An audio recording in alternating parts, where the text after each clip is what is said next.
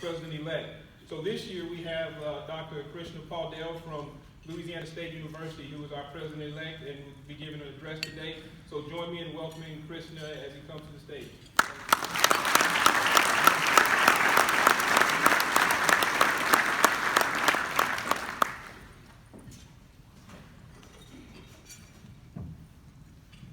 Good afternoon, everyone.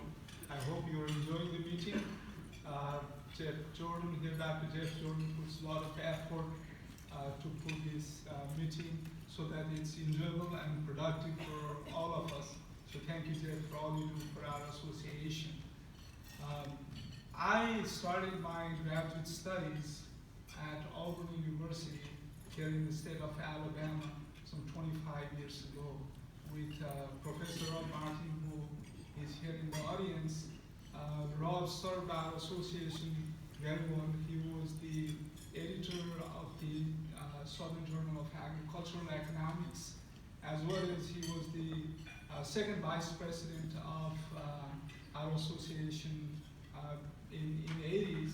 And he also mentioned to me that, and I found out that he was one of the 4 charter members from the state of Illinois at that time. So thank you, Rob, for your excellent mentorship and for your excellent service to our association.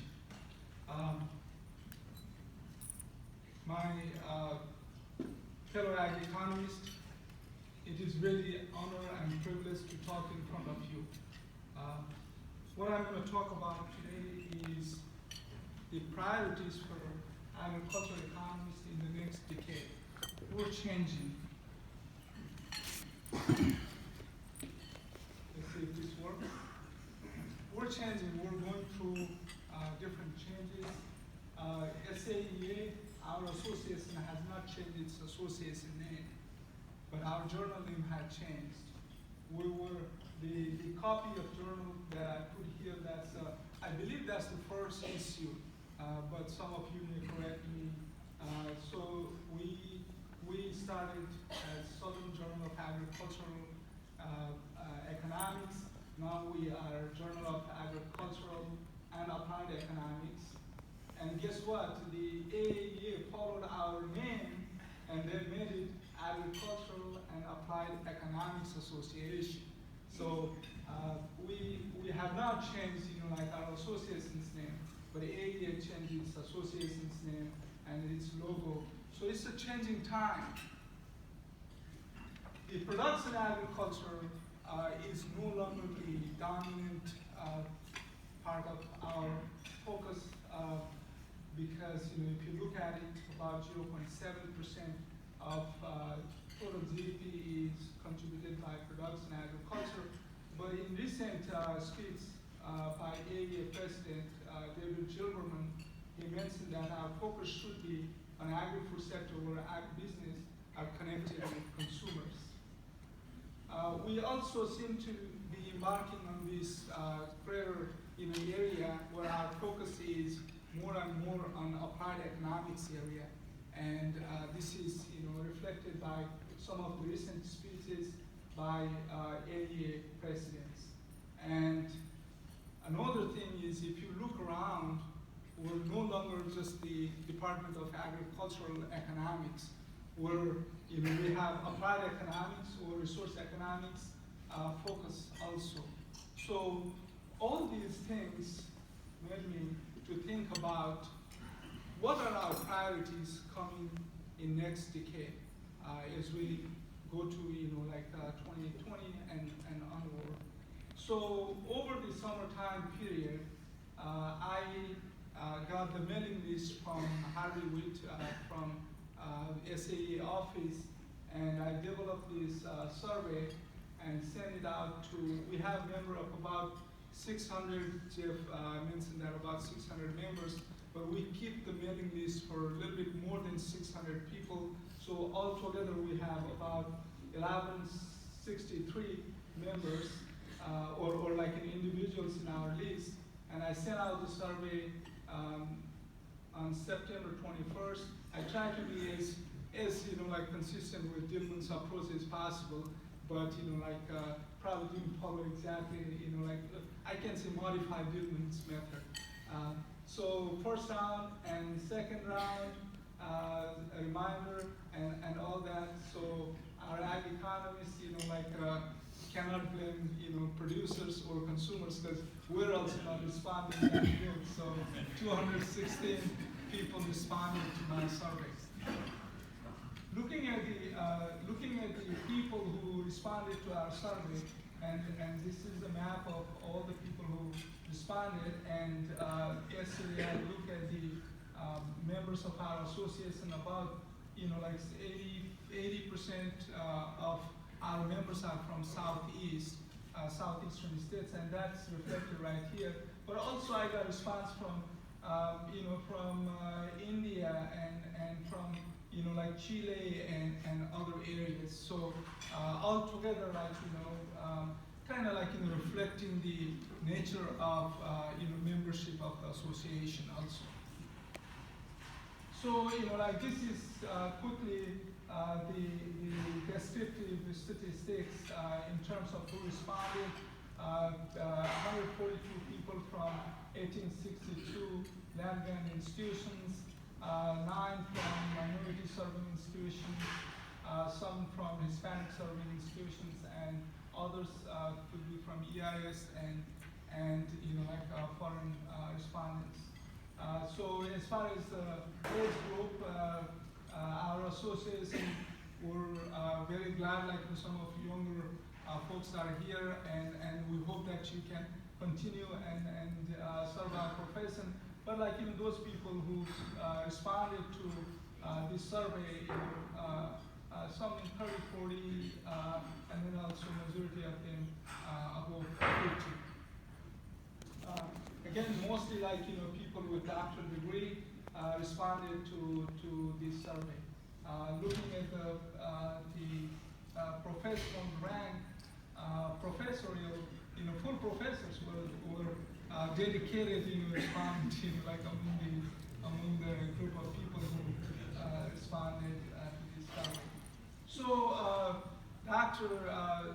Lisa House did something like this during her speech, 2 years ago or so, and I asked her if there is a way that I can get this wording to put in word cloud map. And so the way I asked questions were, I gave two choices. One was free floating choices. So what are our first priority? What do you think should be our first priority coming in 2030? So there were no choices given. You could write whatever you could write. And by the way, I would like to thank you, all of you who are here in this room who responded to this survey. With that free floating idea of not restricting individual to certain choice, as you see it here, food, water, and climate seem to be the three major areas that we said we should focus in coming decades. Looking at again food, climate, water, rural issues and trade, and if you look at the word combinations, excuse me, climate change, food security, water quality, food safety, and big data came out to be the most frequently appearing two-word combinations. So I wanted to look at that's the overall priority selection by respondents. What about the first priority? And in first priority, I see that word food and climate appearing quite frequently.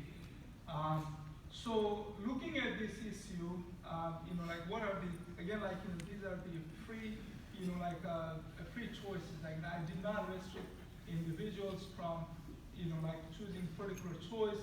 And I come through all the, writing that they had, and I kind of narrowed down into a couple of these, different selections. And these are, some of the things that I think our profession should think about in coming decades. So first one is the climate change that appears in most often response, and this is really looking at each response and focusing on what they are trying to say. So 29 again yes, we do have sample selection, cloudy bias, and other things, but given what we have, this is climate change seems to be the focus of most of people. Close enough is food, and then food I classify food as poverty, malnutrition, food and food security, kind of broad area. So these two seem to be right next to each other. Then coming third is the land grant mission, and different than economics. So again, what should be our focus going in the next decade? Should we continue to focus on farm, or there are other issues, food-related other issues, health-related issues, rural health type of issues, and also resources issues. So all those issues are there, and again, that's for us to think about. The farm wealth and farm management, other area that we need to focus on, and each of these areas we have distinguished economists in this room who are working on these different areas. The area of trade policy, dispute, and migration, I guess it is more in the front right now because of what is going on, and big data and decision support came out to be another focus. And rounding up to these top 10 or so focus, one last one that I put in here: economics education to mass. And I work with some of science people, and they're focusing more and more on high school kids about educating STEM education, and going even up to middle school, and saying we need to educate kids about science. So from this one, maybe rather than just focusing on 4-H and other things, maybe we should go even beyond that, and educate our middle schoolers and high schoolers about economic education to mass. So other other minor areas here with I put minor areas, but I'm going to talk a little bit about the priorities in water quantity and water quantity in a few minutes. But these are some of the areas that we have identified as the most important area in the profession, and for us to address in future. Gail Kramer and Andy Smith, we, including myself, we just released this handbook of agricultural economics. Many of you here in the room have contributed a chapter in this particular handbook, and we recognize the importance of these areas, specifically climate, environmental, and food, and put those issues to the forefront of our handbook. So I also wanted to look at, those are the free-floating ideas. I did not restrict people from choosing what they should be focusing on in coming decade. So in this particular one, I looked at the number of articles published in top 5, they call top 5 now, in economics journal, Review of Economic Studies, Econometrica, Quarterly Journal of Economics, Journal of Political Economy, and American Economic Review. And I looked at what had been published during the last, since 2010. And if you look at here, and our main field journal, American Journal of Ag Econ, majority of papers published since 2010, among the 5 issues that I have identified, 70 papers have been published on food-related area. And water 24, and like climate change 8, rural issues 20, and big data only 1, and that happens to be actually Jason lost presidential address 2 years ago. So if you have a look at AER, it's very interesting, like, the big movement towards causality, like movement. If you look at that, water-related papers, 13 of them, I'm talking here like in water quality, water quantity, both, and climate change, 13. We have like food-related papers, 20, rural issues, 29. And again, remember, like, in AER, those are not necessarily only American issues. Like, they have lots of development, like related issues. So based on this, I restricted people to choose 5 priority areas, and I gave them like choice of water, climate change, food, rural issues, and big data, and asked them which one should be our priority coming, like next decade. So the question appeared like this way. It's a ranked choice, and I said 1 being the highest priority and 5 being the lowest priority. Please drag and select one of these as your choice. And I hope all of you can see this one. 20, so I looked at, like these issues are the issues that are here, and first priority, second priority, third, fourth, and fifth priority. So if you look at here, again, like, food issues appear to be the #1 preference in terms of like, where we should be focusing our attention in coming decade.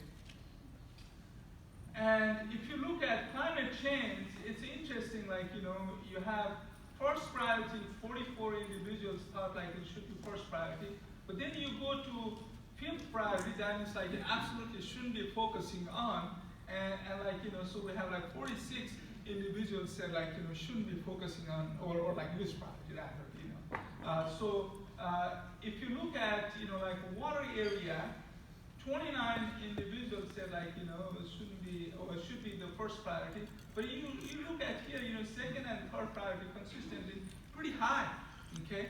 So looking at, like this thing, I have published 2 papers on ranked data analysis recently, and so I thought like, maybe I can do spectral analysis and see like, which one is truly the #1 preferred choice and which one are the top 2 preferred choices. So for that one, I use first order spectral analysis. The method that I use is Diaconis published in Annals of Statistics. And the negative number meaning like, less emphasis, and the positive number being the, like high emphasis. So looking at these, values, again, like, food issues truly comes out to be the top priority, and then like, climate change seems to be the second, like second highest choice. So this is just the first choice. What about the first and, like top 2 priorities? So for that one, I do the analysis, second order. Again, like, you can continue to go second order, third order. Remember, like, we had some people who absolutely said, like, climate change should be there, like, should be the last priority. So I did second order on order analysis, and that analysis also indicated that food and climate change should be our top 2 priorities. Looking at, like, the rank combination, how people rank these different choices. There, if you do the permutation of like, 5 different choices, you get 120 different combinations. And I had like, only 188 people who ranked the choices. So you didn't have like, very much of variation to do neither the, neither the analysis that I wanted to do, more like some meaningful thing that you can get from doing the full-fledged rainfall analysis. However, you can look at the combinations here, and those people who ranked, this is like the issue is the first one I put water quality and climate change, food and rural and big data, and most number of people chose water quality as number 2, and climate change is number 1, and food as number 3. This is the ranking that most people chose. So based on just the first priority, I ran the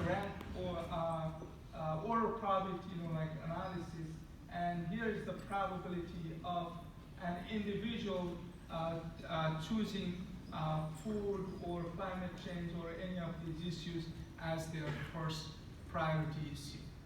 So given that one, and given the fact that I've been working on water-related issues, so I thought what are the priorities for agricultural economists and resource economists to look at in the coming decade. So for that one, I just want to highlight some of the things that I think given my field of environmental and resource economics, I'm going to mention a few of these topics. American Meteorological Society mentions that adequate fresh water resources for people and ecosystem will be one of the most critical and potentially contentious issues facing society and government at all levels during the 21st century. And we know that one, some of our friends in western part of the United States know this one very well, but even in the water-rich southeast area, we're also facing several types of water-related issues. So the one thing that I think we should be focusing on is how do we address the transboundary water issues when both water quality and water quantity are issues. And for my friends in Georgia, Alabama, and Florida, where they are fighting over water all the time, surface water, specifically river water, they know this issue pretty well. And when that water quantity issue is impacted by water quality, how do you address the extraction mechanism if you're talking about groundwater, or if you're looking at the surface water quality, how do you reconcile among those water quality and water quantity issues? Again, another issue that I think would be important for us is endogenous and exogenous risk in water extraction. We can influence as water extracting agent. We influence how much water that we extract, and that can have a different kind of externality. But also nature has its own path, and it can also impact water quantity. And how do you address resource extraction issues when you have both water quality and water quantity issues, and we're facing both endogenous and exogenous risks? Some of these things these are also coming from my own experience of working in Louisiana. We have water free for producers or farmers to extract, and there is no way that we can regulate that extraction pattern. So when water is free, how do you assign value? In basic, elementary economics, we're taught resources should be allocated where marginal value product is the highest. But nobody is going to give up their water rights. How can we assign value when there is no restriction right now, and everybody seems to claim for the water resources? There was a very good paper published in Econometrica on that topic in South Africa related to drinking water.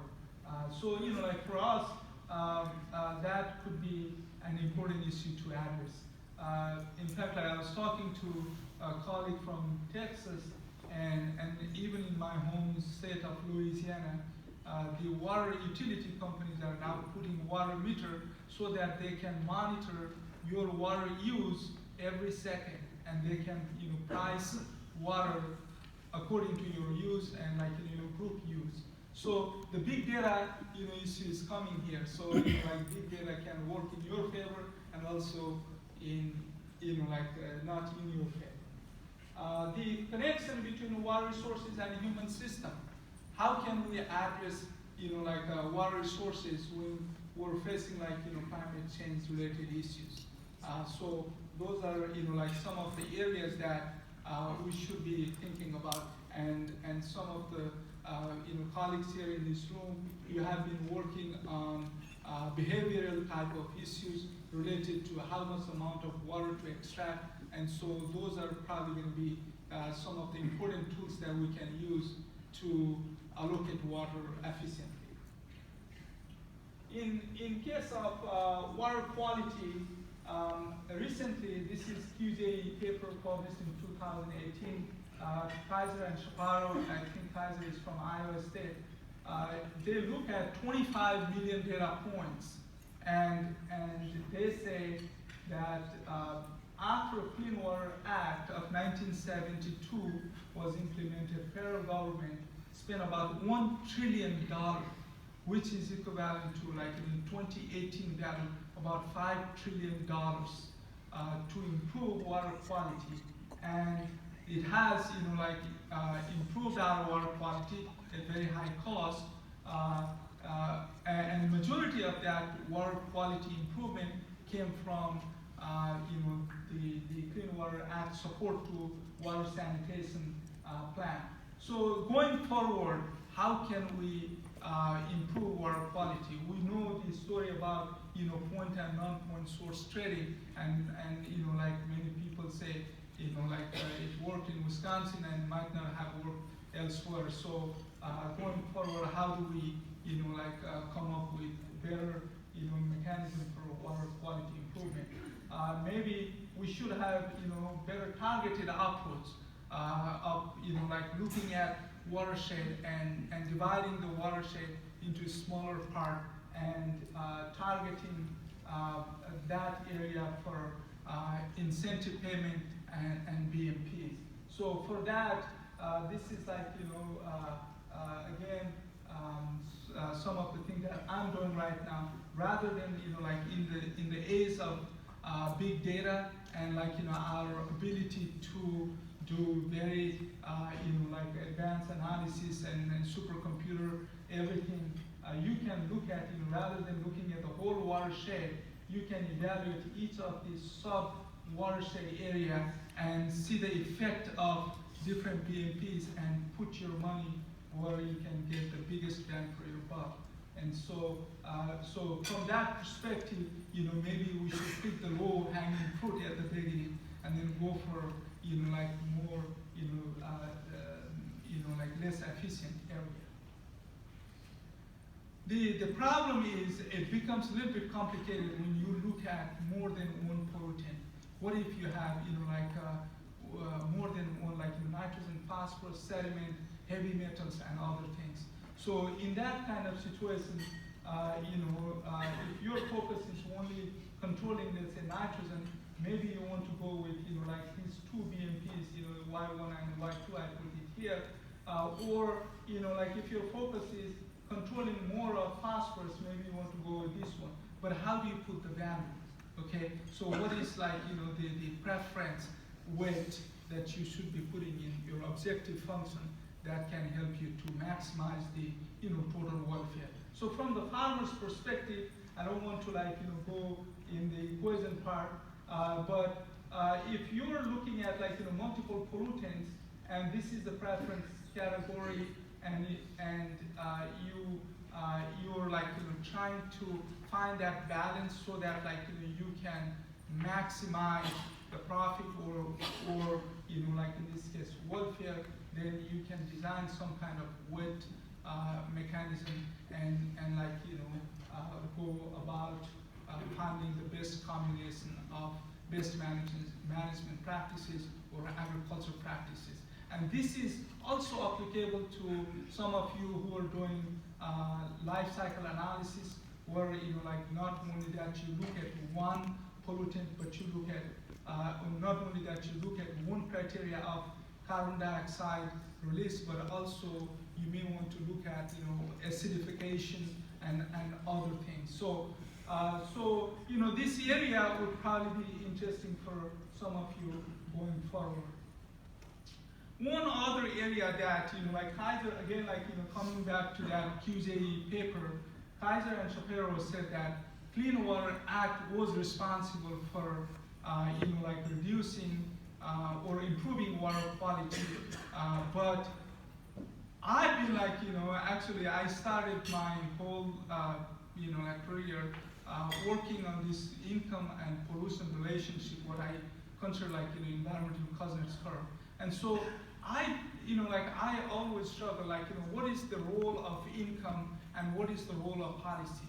Can we disintegrate the, you know, like the role of policy that causes like, you know, water quality to improve, and the role of income, you know, like that causes water quality to improve. So for that one, you know, like Clean Water Act is implemented all through the country, so I didn't find the right type of data. So I'm working with some of my science colleagues, and we thought like, you know, maybe we can use some science data and do this kind of analysis. So this is hard to see it, but basically like, you know, what I have here is the income here and pollutants here, and this is, you know, based on Chinese data where they had implemented in around 2005 this payment for improved environmental quality, you know, kind of incentive mechanism. And the relationship between pollution and income, you know, like it's not like, you know, one mechanism, like, you know, it's going up and coming down and going up, and these graphs are estimated using non-parametric IV type of model. And what we see is the policy, and again, like, it's hard for you to see it, but, you know, like the policy had, you know, like clear impact here in terms of pollution, you know, like reduction. So we can see that, like, you know, pollution can, you know, like the pollution amount can be reduced with the income increase, and these pollutants are not created equally. Nitrogen and phosphorus and dissolved oxygen, heavy metals, or air quality, if you look at sulfur dioxide or carbon dioxide, they're not the same. So you cannot, you know, like have a single curve that can fit all these different pollutants. So based on that one, like, you know, I can see that the policy had the effect, but income also had the effect. You know, like with the income increase, we had like, you know, kind of inverted U-shape, and then like, you know, again going down. Can we like, you know, quantify the difference? And so for that purpose, I did what I call synthetic control method, where like, you know, we looked at the effect of this is the city where like, you know, the policy was implemented, and this is like the synthetic city where like, you know, had the policy had, you know, had there been a city which was very similar to this city where this policy was implemented, but anyway, like it's like a counterfactual that you're creating, and the policy had, you know, like this is the difference is the effect of policy. So again, like, you know, you can quantify that difference, but I'm still not perfecting the technique. There is a way, like, you know, you can disintegrate the effect of policy and income, but what is causing what is still like, you know, I'm not 100% sure, but you can see that there is impact. So to conclude my talk, SAEA members indicated that our priorities should be on food and climate issues coming, you know, like forward. in 2030. And our focus would probably be beyond farm and to food and related issues. David Gilberman talks about supply chain network, and I would use his word supply chain network there as well. Several opportunities exist for us to do meaningful research and publish to solve not only the problem of here but also world problems. And new causal methods are available for us to identify those like effective policy and quasi like experimental techniques, randomized control techniques, and those should be helpful for us to check the effect of different policies. The big data, we can use big data to target like some of these things I mentioned, like in water quality, and some of you are working on food related areas, and so we're like embarking on very wonderful coming decade, and so opportunities are there for all of us. At the end, I want to thank you to all of you who have helped me, my mentors, my colleagues, my graduate students, and my family members. Thank you.